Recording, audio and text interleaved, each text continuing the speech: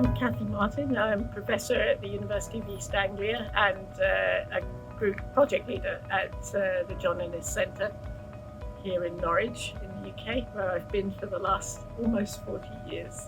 I research mostly now on the role of plants in health and in our health.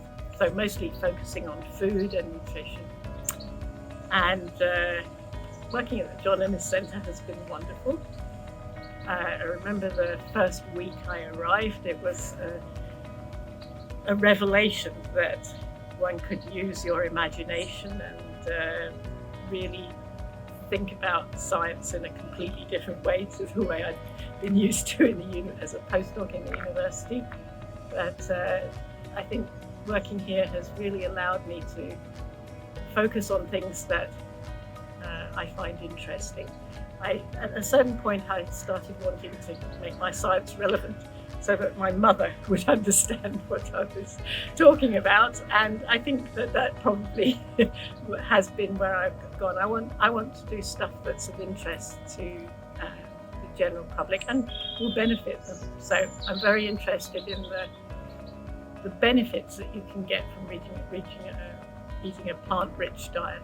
Not exclusively plants, I don't advocate that, but that it's rich in plants. They taste fantastic and they're so good for you.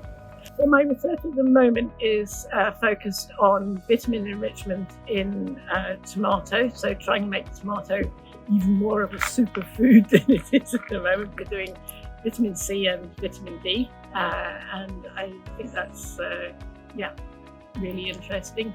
And I'm also very interested in the role of plants in traditional Chinese medicine. So I have very strong collaborations with China, and we're looking at identifying particular metabolites that are beneficial in treating cancer in particular. So things that kill cancer cells and can be used in complementary therapy. Recent reports have suggested that everyone should switch to a more plant-rich diet, and that's not only good for your health, but it's also very good for the environment, because primary agriculture uses up a lot less resources and is more efficient in terms of carbon dioxide emissions than let's say secondary production through eating animals or even fish.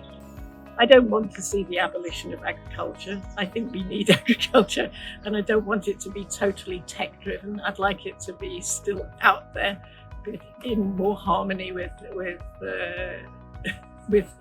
more natural ecosystems as well. But I think there's plenty of scope for that if we can make plants more resilient to diseases and also more nutritious.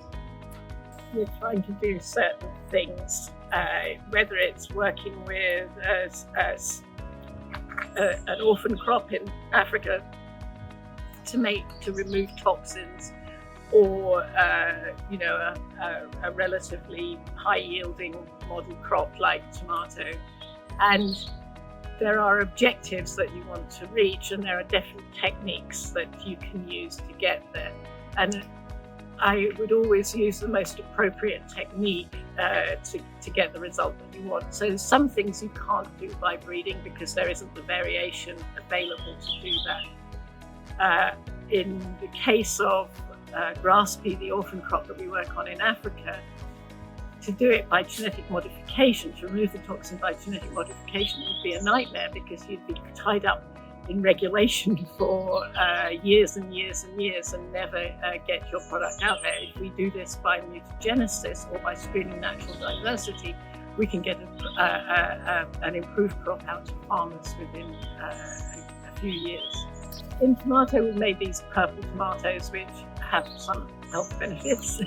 And turning to GM was because there wasn't the natural variation available to do it in tomatoes. So it was relatively easy to do by GM.